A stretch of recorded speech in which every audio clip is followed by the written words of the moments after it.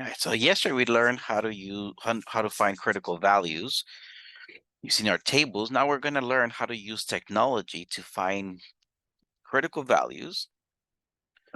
And later on, we're even going to learn how to use it. We're going to play with it pretty well. So let's see. We're going to perform a one-way chi-square test. And in some cases, towards the end of this lecture, we're going to be able to find confidence interval for multinomial experiments. Multinomial, okay, so many terms. So I see a picture on the right. There's a cell, so biology study.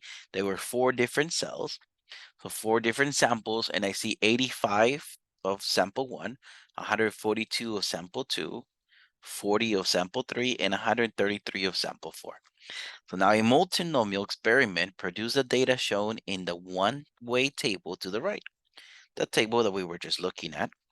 Now, do this data provide sufficient evidence to contradict the null hypotheses that P1 is 0.2, P2 is 0.3, P1 is 0.1, and P4 is 0.4?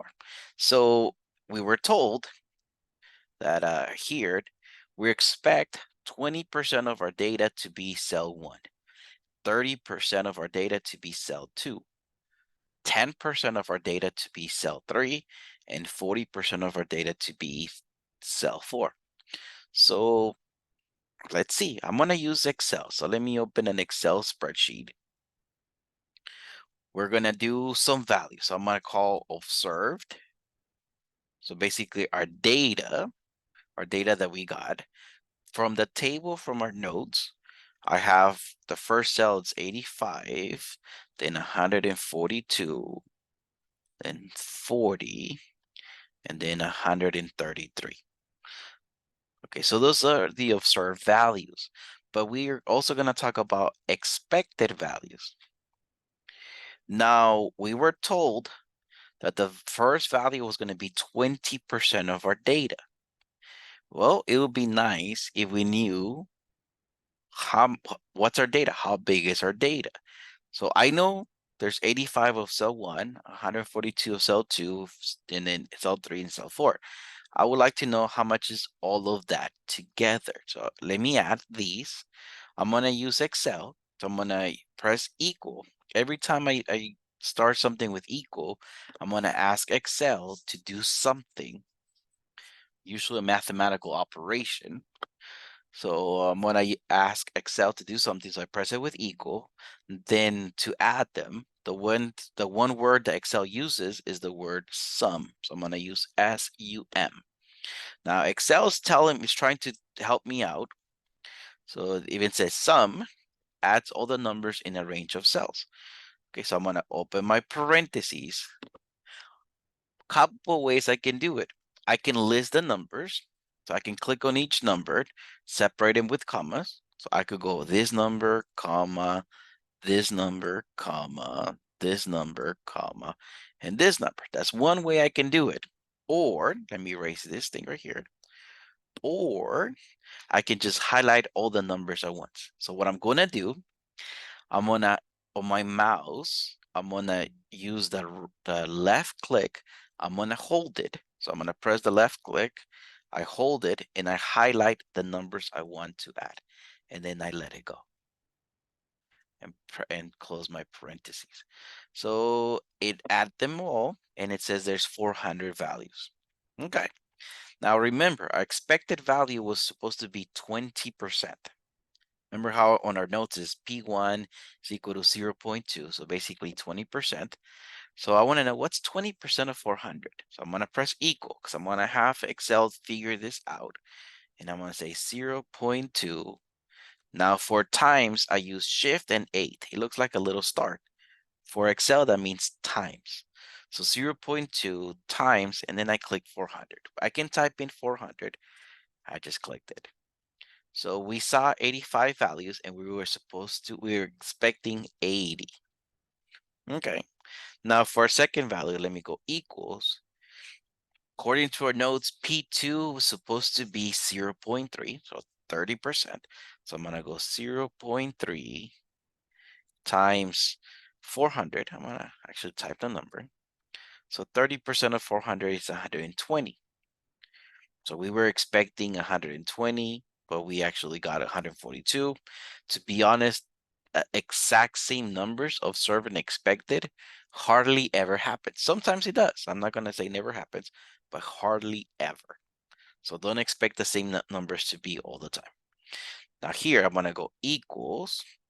For the third value, I'm supposed to get 10%. All right, so 0.1 times 400. Oh, okay, I got the observed and expected value. So I said sometimes it happens, hardly ever though, but sometimes it does. Now for the fourth value, I'm gonna go equals 0.4 times 400. Okay, so for the fourth cell, I got 133 and I was expecting 160. Now, the difference is there will always be a difference, but there are some differences that are too small, we ignore. All right, we call that insignificant difference. It's a difference that is just too small, it can be ignored. For example, let's say you believe you have an 85% in my class, and then you ask me, Sir Leonzo, what's my grade in your class? And then I said you have an 86%. You expected 85, but you actually have an 86. You're like, pretty much, pretty much the same grade, so they're pretty close.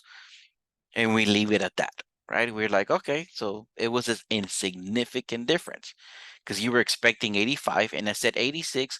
Why could I have even said 83? You expecting 85 and I said 83, and you're like, okay, pretty close to what I expected. Again, insignificant difference. But what if you believe you have an 85% and you ask me, Mr. Leonzo, what's my grade in my class? And I said, you have a 34%. And you expected 85, but the observation, I say 34. Now that is a big difference. Then my question here, the study that we're doing is, are these differences insignificant or are they significant? So are they big differences or are they small differences? All right, so one thing I'm gonna do, let me annotate here. Now, I'm going to use a formula. What I'm going to do for each of these values, I'm going to go the observed value minus the expected value. I want to see what's the difference from what I observed and what I expected. The result of that, I'm going to square it. Sometimes my difference will be negative, but once I square it, everything becomes positive. So that's a good thing. So observed minus expected, all squared, divided by expected value. Okay, so let me come over. Let me do here at the bottom. I'm gonna leave some space so I don't get confused. It doesn't matter how much space you leave. So I'm gonna go equals because I'm gonna have Excel do this operation. I'm gonna use my parentheses because I want observed minus expected inside parentheses. So I'm gonna go observed minus expected. Notice how Excel even highlights them, which is pretty cool. I close my parentheses. Now for the squared, I'm gonna press Shift 6. So it looks like the little arrow pointing up. And then I write my exponent. So I have observed minus expected all squared. And I'm gonna press divide here. Notice how for divide I use the backslash divided by the expected. So let me highlight expected. Let me click on it. So Excel's even helping me. The blue minus the red, so observed minus expected, all squared, divided by the red, which is expected. Cool, I press equal. So it gives me a value. It gives me a value for the first cell. I wanted to do the same for every cell. So guess what? I'm gonna go here. You see this little button at the bottom? I'm gonna hold it and then drag it. It is doing the same thing for each of these. Let me click on this one, for example. The blue minus the red, all squared divided by the red. So it followed the same formula. Here we have a 0. Yeah, because I'm gonna go 40 minus 40 squared divided by 40. 0 divided by 40 is 0. So it makes sense. So it gave me some values here for each of my cells. Now, let me add all these values. So let me go equals. Let me go equals, and I'm going to add them all. So I'm going to go sum, open parentheses. My mouse, left click it, hold it, and drag it. Now let it go. Close parentheses. And it gives me a value of 8.902083. This is going to be my chi-square statistic. Now, on our notes, I'm going to ask you guys for this value to be rounded. In this case, for example number 1, I'm going to ask you to round it to 3 decimal places. So my answer will be 8.902. Okay, so let me come here. It says find the value of the chi-square statistic. I'm going to call this 8.902 because I rounded to 3 decimal places. Now, question here says determine the p-value. Okay, so let me come back to our Excel. I'm gonna put my p-value down here. Now, know this formula, okay? I'm gonna press equal because I'm gonna have Excel figure this out. For chi-squared p-value, chi-squared p-value, I'm gonna type in chi. Doesn't matter if you go lowercase or capital letters. So I'm gonna go chi, which is CHISQ.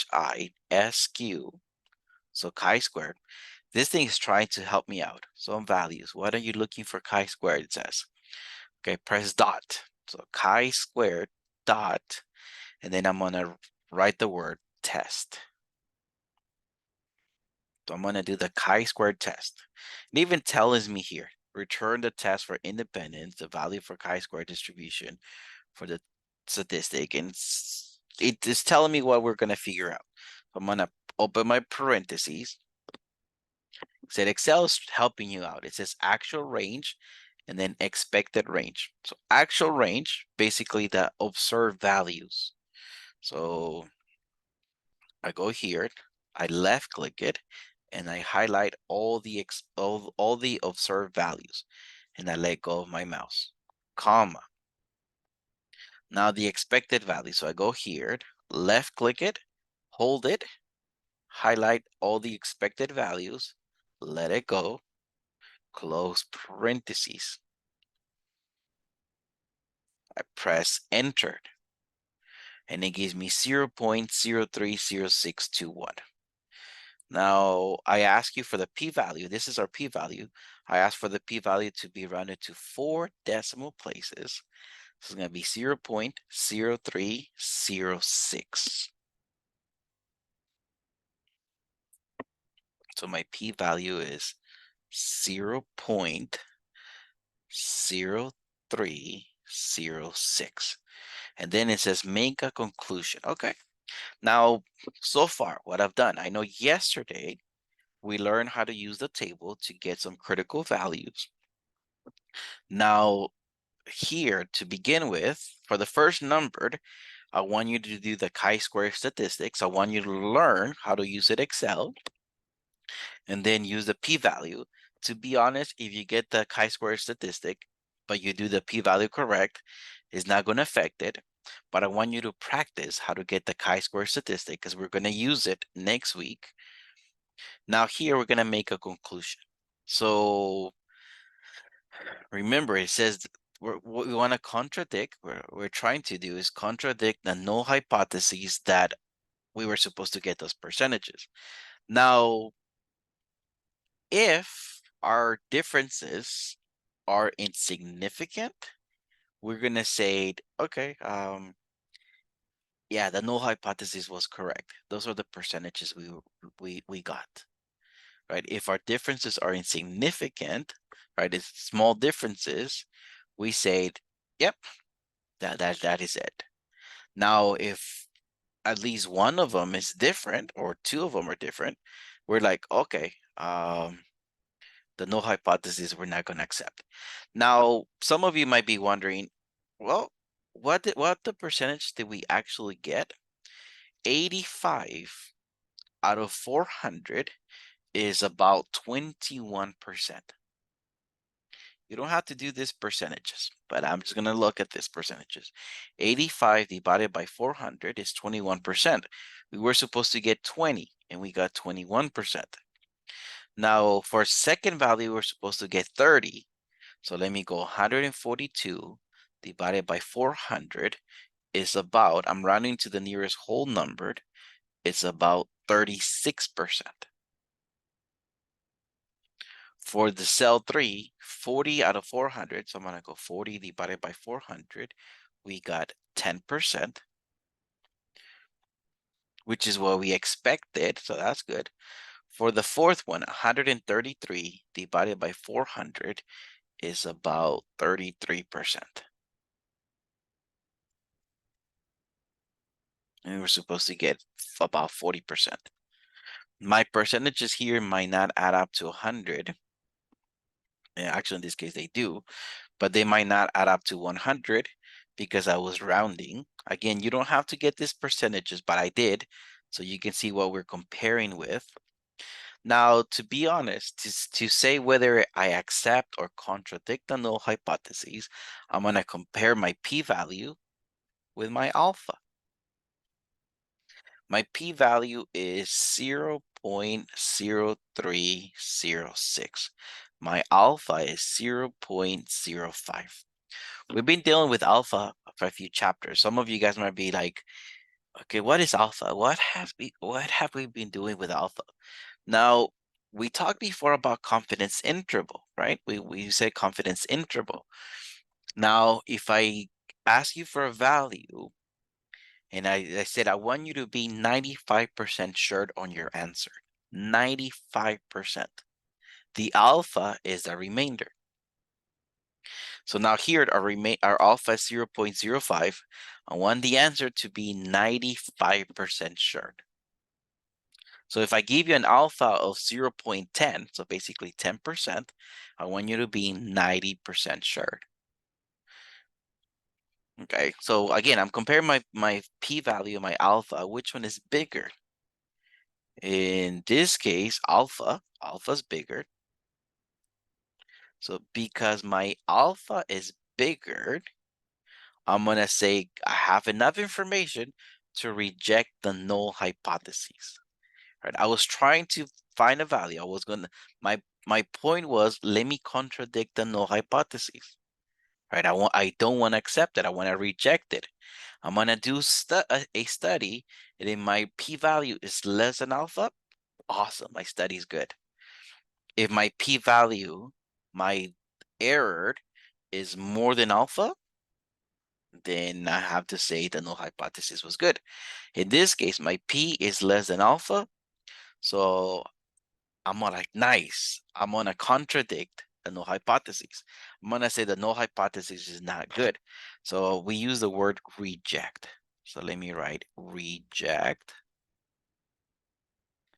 the null hypothesis.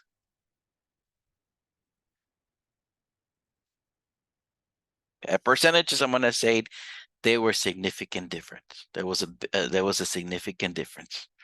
So I'm gonna reject the null hypothesis. Now, every time we reject the null hypothesis, that means that our information, our data here, we have our evidence here is sufficient. It's big enough. So we like to use the word sufficient. So we're gonna say there is sufficient evidence. Right, that's our data. We have sufficient evidence. I'm gonna continue here that the multinomial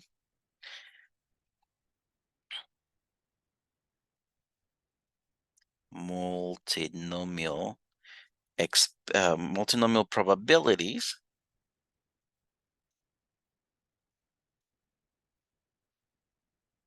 are different, but instead of writing are different, we're going to write differ.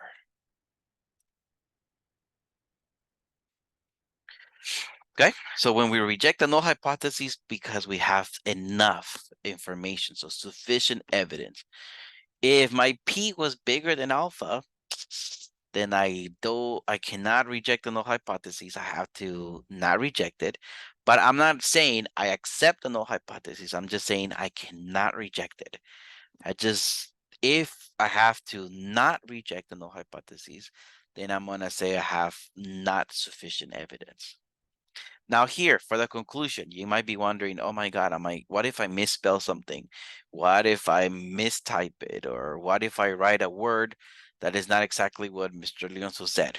For example, at the end, what if I write probabilities are different instead of that? Okay, for us to not get confused on the writing, I'm gonna give you the answer, the conclusion. I'm gonna type it in, most of it, but there will be some words in there that you have to choose to complete the statement. Okay, so that was not bad. Let's take a look at another example.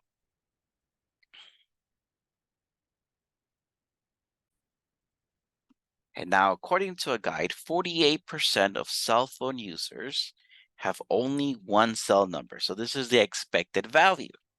33% have two numbers, 7% have three numbers, and 12% have four or more numbers in cell phone data.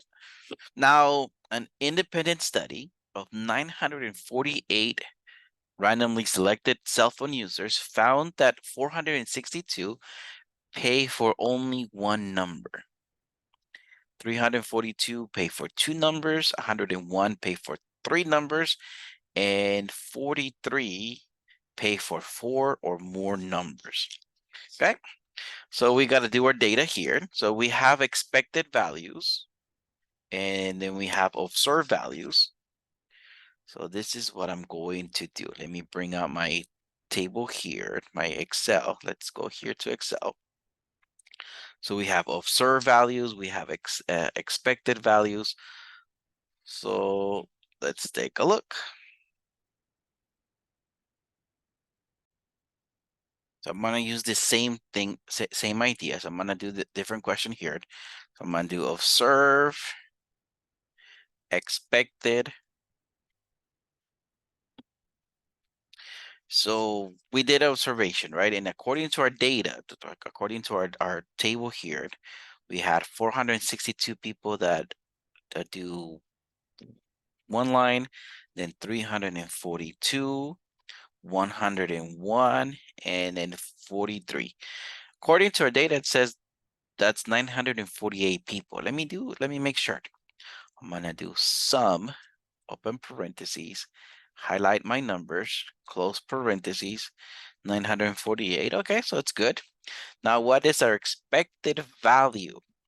Expected value was 48% of our data. So I'm gonna go equals 0.48 times 948.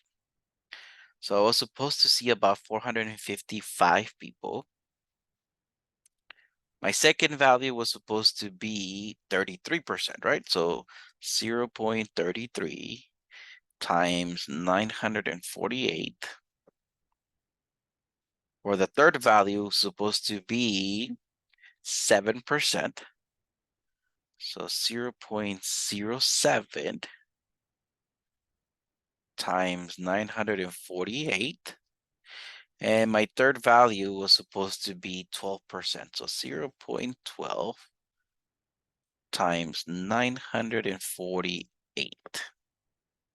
So I see my observed values, my expected values. Okay, so let me find my test statistic. Remember the formula that I use. Let me write it again.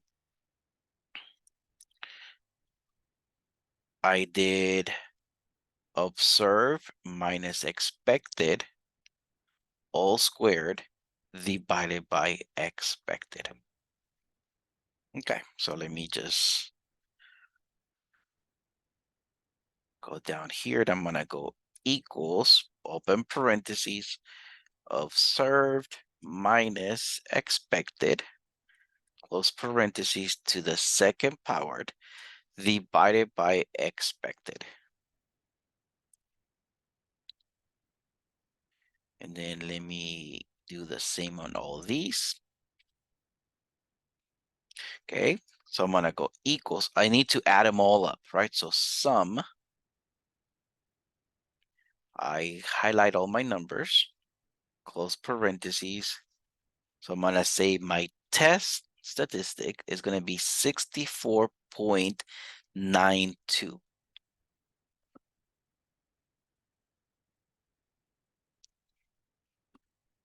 So 64.92. Now let me determine the p-value. So let me come back here. Remember a formula that I told you guys for our p-value. I'm gonna go here, and I'm gonna go equals chi-squared dot test, open parentheses, the observed values, comma, expected values, close parentheses, and okay, so it says 5.21732 e to the negative 14. Okay, you know what that means? E to the negative 14. Okay, now what if I write, because this right here gave it to me in scientific notation. Okay, what does that mean, Mr. Leonzo? Okay, it means, you might remember this from before, 5.21732 times 10 to the negative 14. That's what the e minus 14 means, 10 to the negative 14.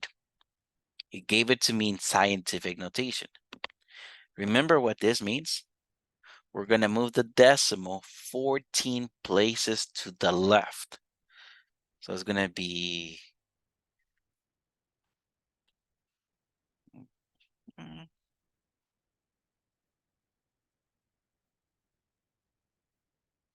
way down here. So it is that small. But then I'm going to ask you, round it to 4 decimal places as needed. So guess what I'm writing? To 4 decimal places, I'm going to write 0.0000.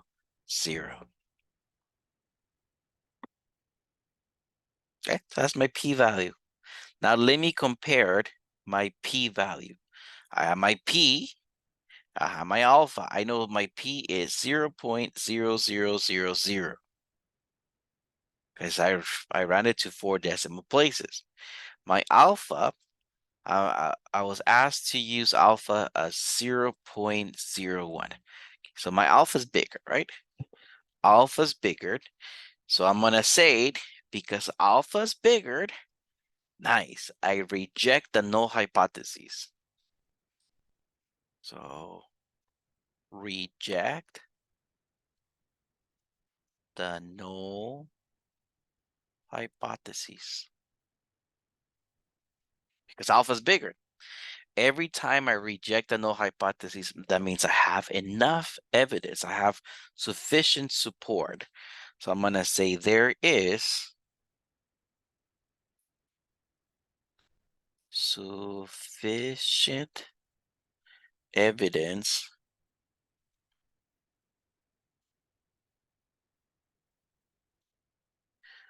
that the multinomial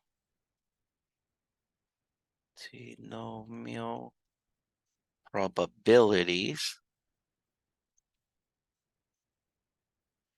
are different. So I'm going to use differ. And voila. Not too bad, right? We did this with this type of exercise twice. So let me flip the page. Let's flip the page and let's take a look at this one. A survey of 30 museums asked to provide the performance measured Used most often for internal evaluation. A summary of the results is provided in the table at the right. So total visitors, there were 7 museums. Number of museums, there were 7. Paying visitors, there were 5. Big shows, fundraised, and members. Now we need to find the chi-square statistic. We need to find a p-value, and then we're going to find a 90% confidence interval for the proportion of museums worldwide that use total visitors as their performance measure. Okay, so let's see. So I'm given observed values. Now, do we know what was expected?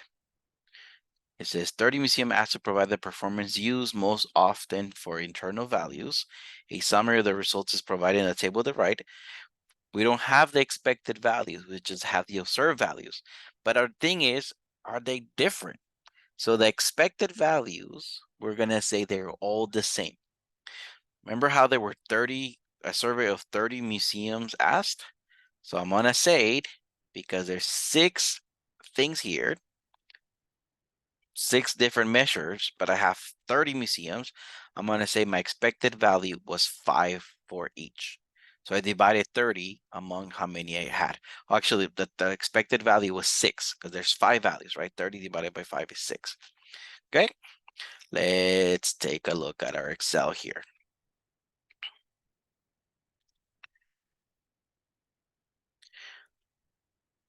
Let me clear my annotation here.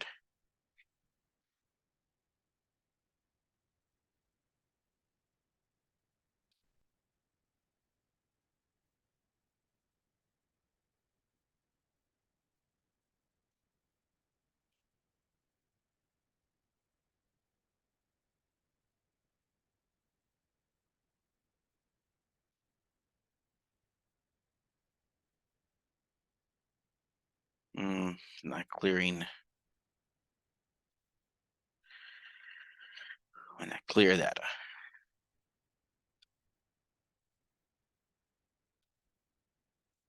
Okay. So let's see. Observed, expected, and let's see. Our first numbers on our data is 7, 5, 7, 7, 4. Let me add them all up. Let me scroll this up. Let me go sum. Let me add them all up.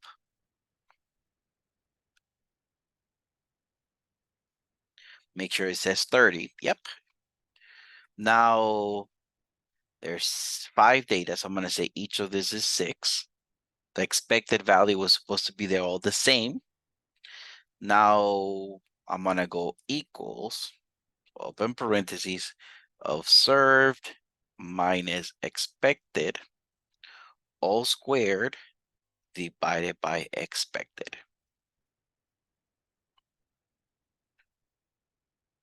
Let me do the same formula for all of them. And then I'm going to go equals sum, open parentheses, highlight them all. Notice how it just went a little bit faster because we've done this before. We've done this before. So I have to round to 3 decimal places. So I'm going to call this 1.333. So my chi-square statistic is going to be 1.333. Now let me find my p-value. Remember a formula for p-value, it is chi, so I'm going to go down here, equals chi-sq for chi-squared dot test, open parentheses, the actual range, so basically the observed values, comma, expected values. So my p-value, if I round it to 4 decimal places, is going to be 8.557. Is it 3 decimal places or 4 decimal places? 4 decimal places. Okay. So we said, I forgot what our value was. Okay, p-value round to 4 decimal places. So 0.8557.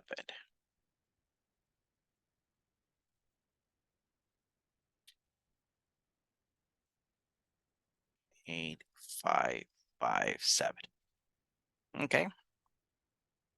Now find a 90% confidence interval for the proportion of museums worldwide that use the total visitors as their performance measured. Now for this one, what we're going to be doing, we're going to be our formula.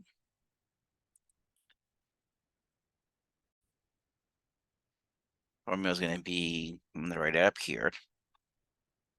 Pi hat, which is basically the percentage of the first measurement, plus or minus our C squared, alpha divided by 2. Remember that one? We did the normal distribution, our C squared.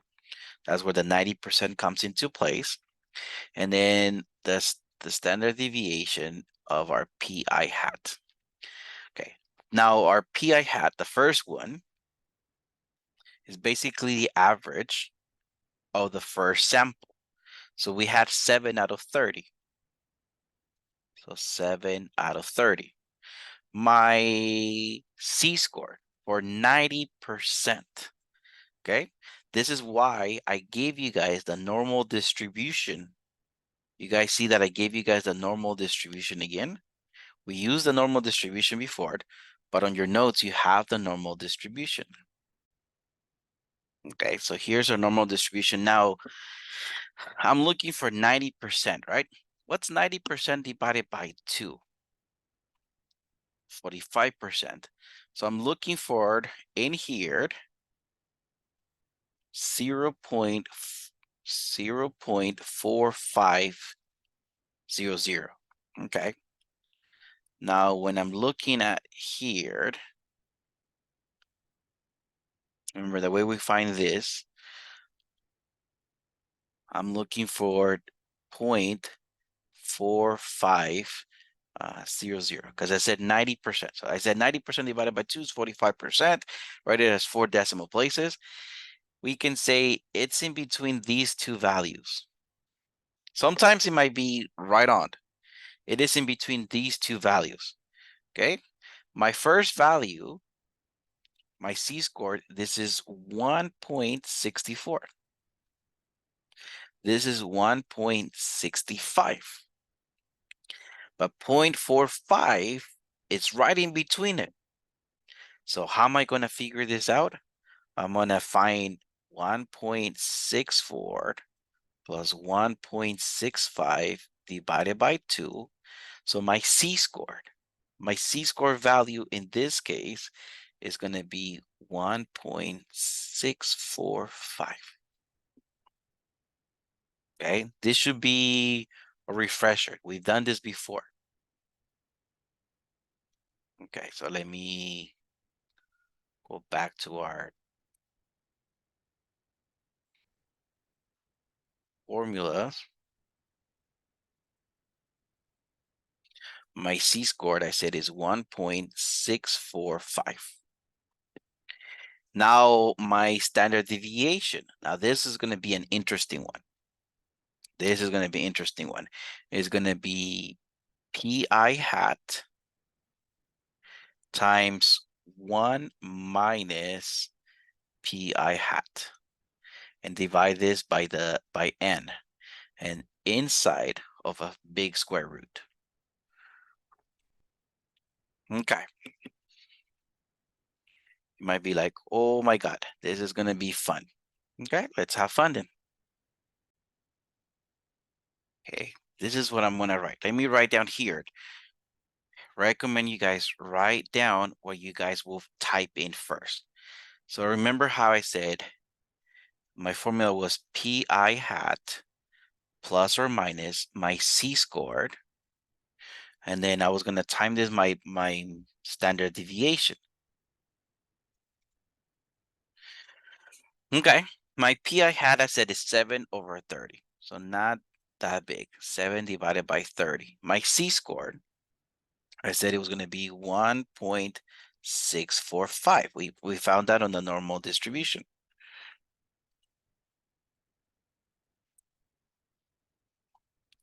The fun part is my standard deviation. Because, so I'm going to do times here. I said the formula, I'm going to write it down here at the bottom, is PI, the hat, which is 7 over 30,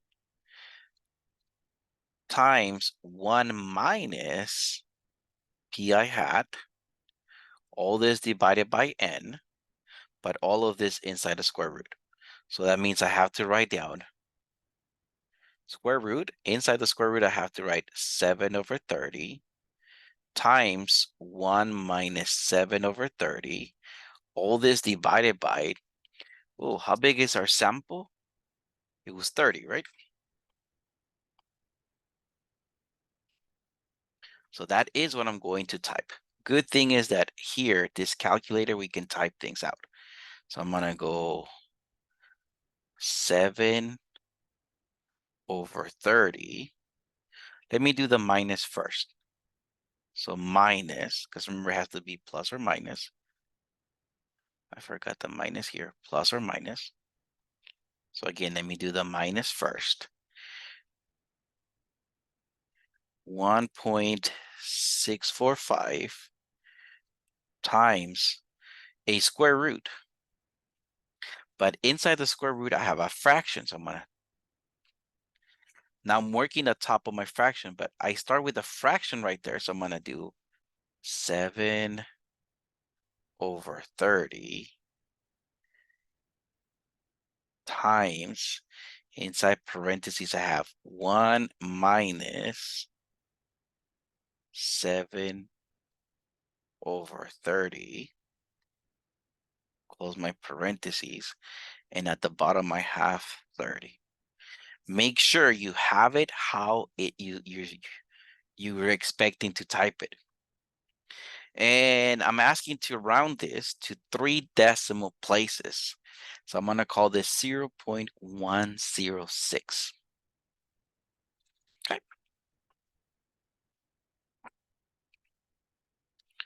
My 90% is going to be, to begin with, going to be 0.106. 2. Now let me get my calculator here. And all I'm going to do, instead of the minus, I change this to a plus. And 3 decimal places, I'm going to call that 0.360.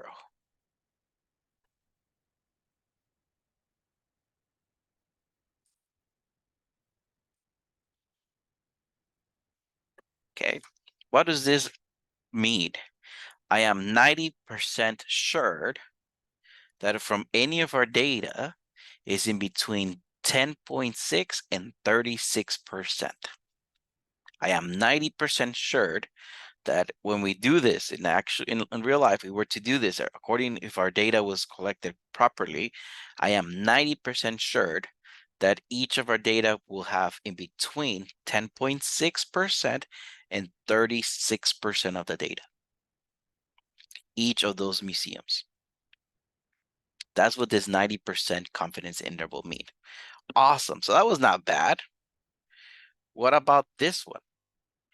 Let's have some fun on this one then. In a board game, initially, a player initially draws a hand of 7 tiles at random from 100 tiles. Each tile has a letter of the alphabet, and the player attempts to form a word from the letters in his or her hand. A scientist investigated whether a handheld electronic version of the game produces too few vowels in the 7 draws. He used a sample of 700 tiles randomly drawn in the electronic game. The true relative frequency of the letter in the board game is shown at the right. So here we see the expected value, right? There were 9% of the A's. So we expected to get 9% A's, but we actually got 37. So we see the expected value and we see the observed value. So we should be able to find our chi-squared test statistic. We should be able to find a p-value, and we should be able to find a confidence interval. So let's see. This is what I'm going to do. So let me do Excel.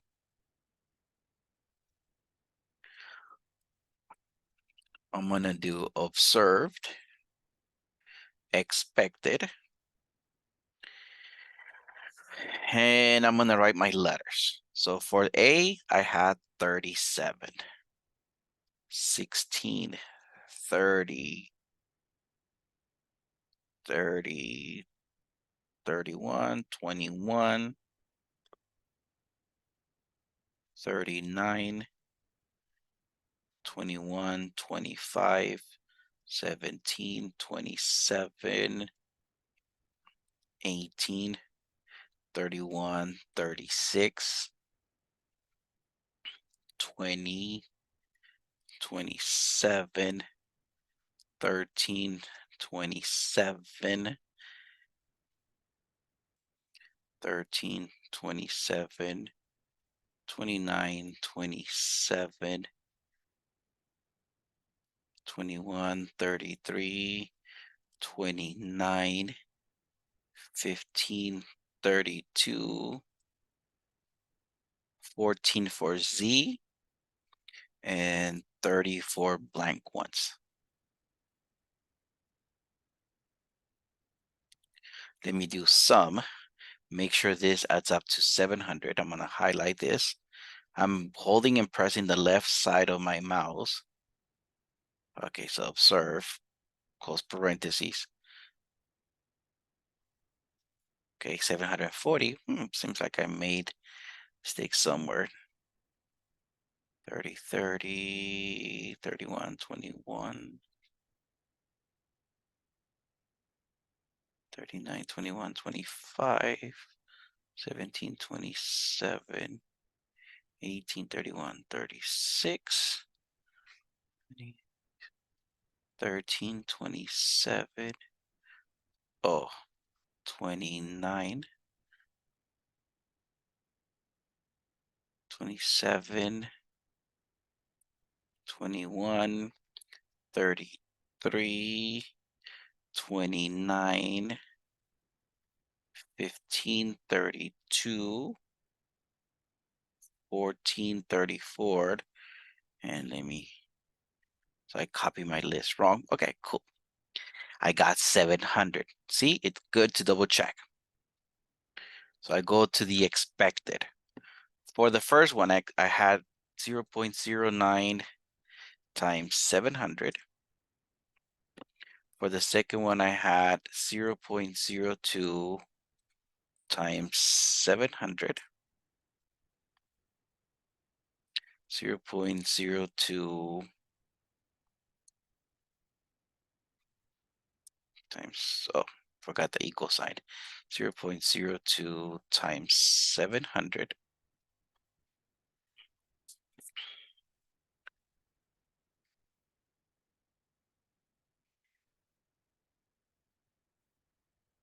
So 0.04 times 700 equals 0.12 times 700.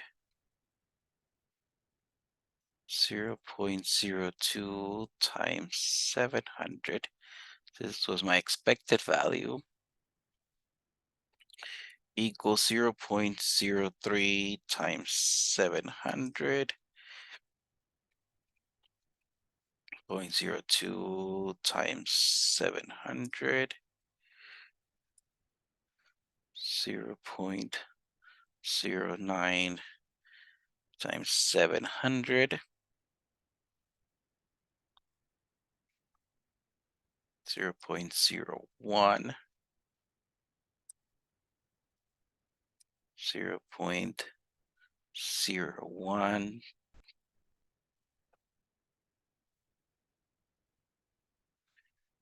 equals 0.04 times 700. 0.02 times 700. Oh, I forgot the equals.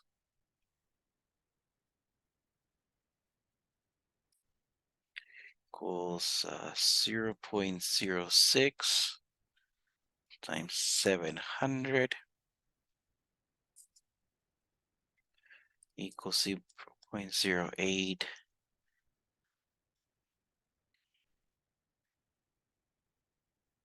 Okay, so I see how much more I have to go.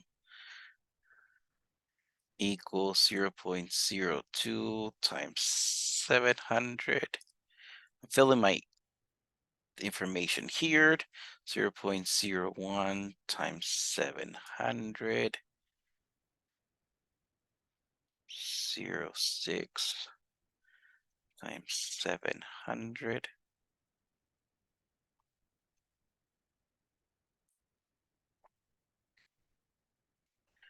Equals 0.04 times 700 equals 0.06 times 700, because there were 700 of them. 0.04 times 700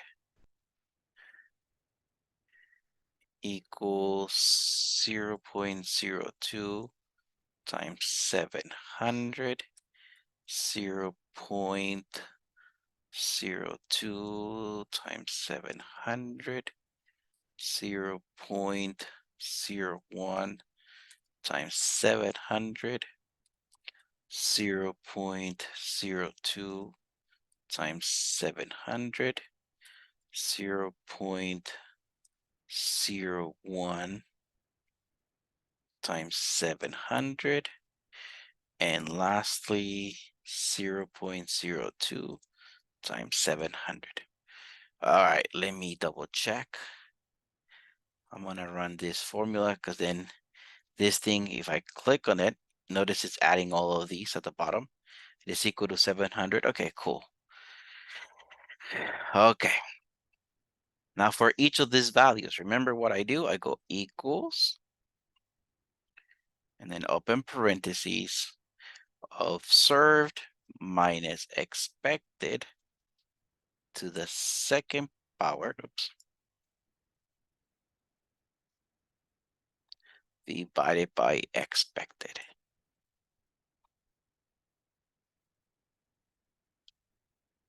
I'm gonna drag these all the way to the end. Nice. And let me drop this formula again. So here's my chi-square. My chi-square is 367. If I round it to 3 decimal places, will be 0.306. So 367.306.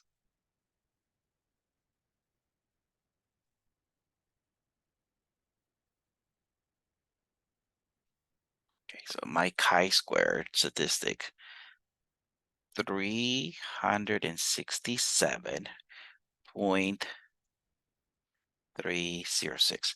Gotta determine the p-value, round it to 3 decimal places. Okay, so let me come back to my Excel here.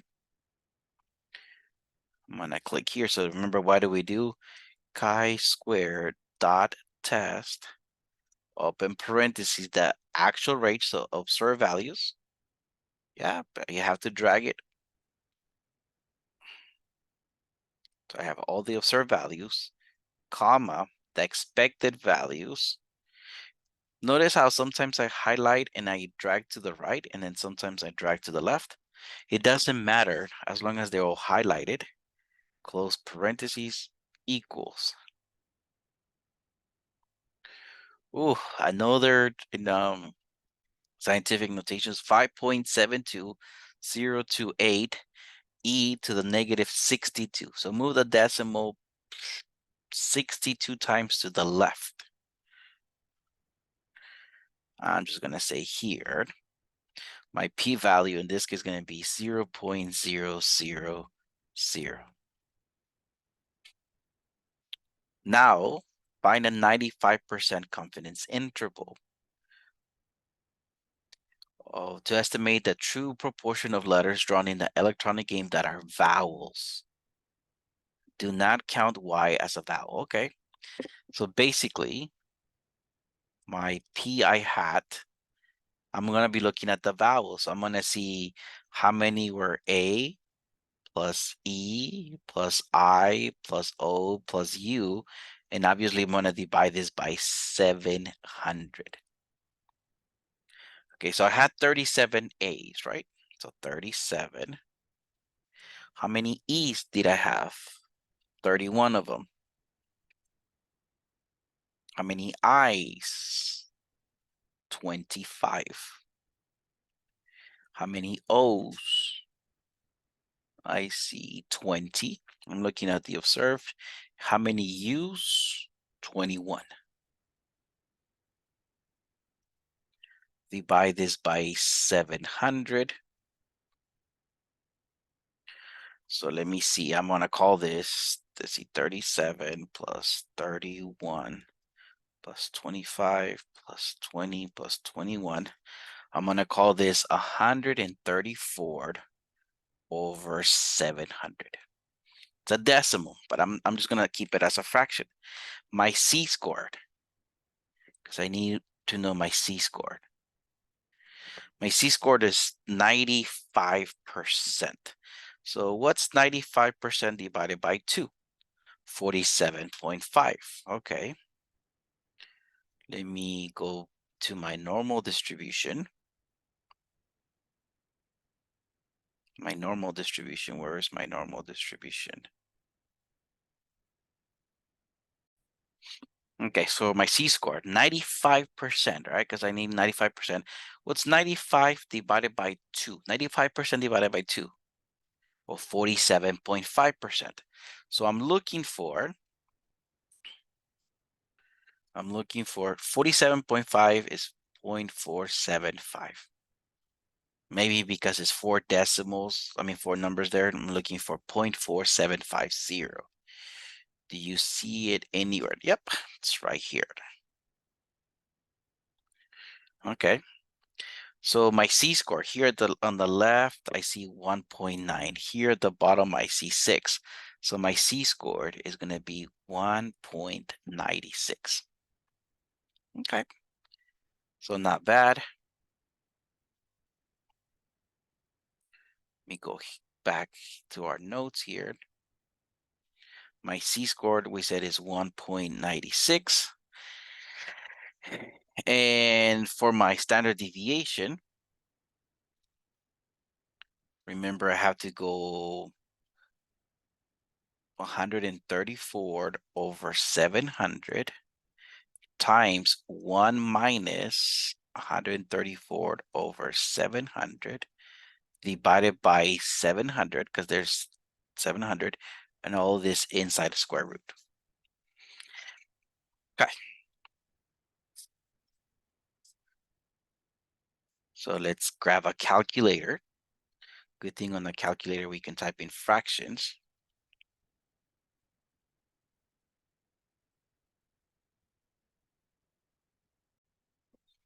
Okay, this calculator, remember you guys have access through this calculator to this calculator through Canvas. I write it on the side.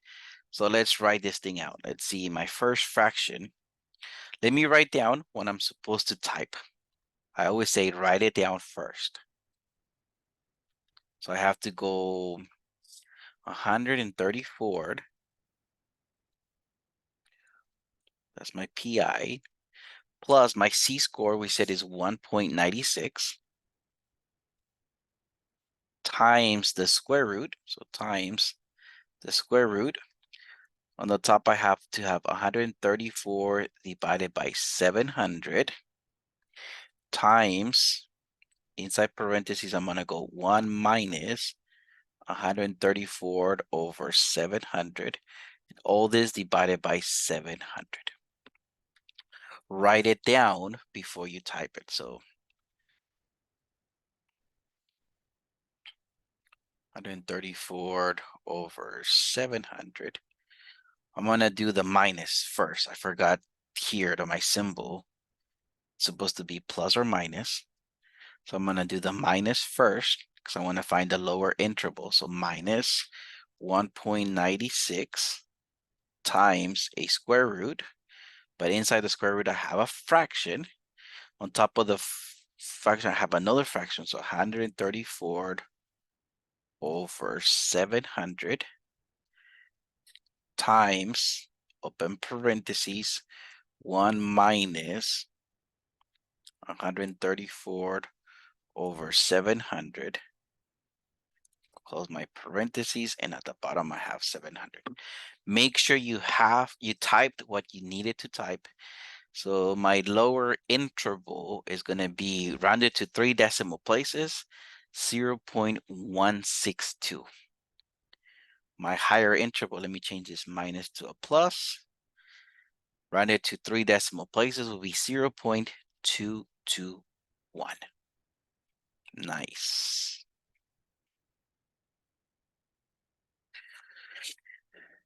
So my interval is 0.162 and 0.221. What am I saying with this? I am 95% sure that any vowel chosen will be in between 16.2% and 22.1%.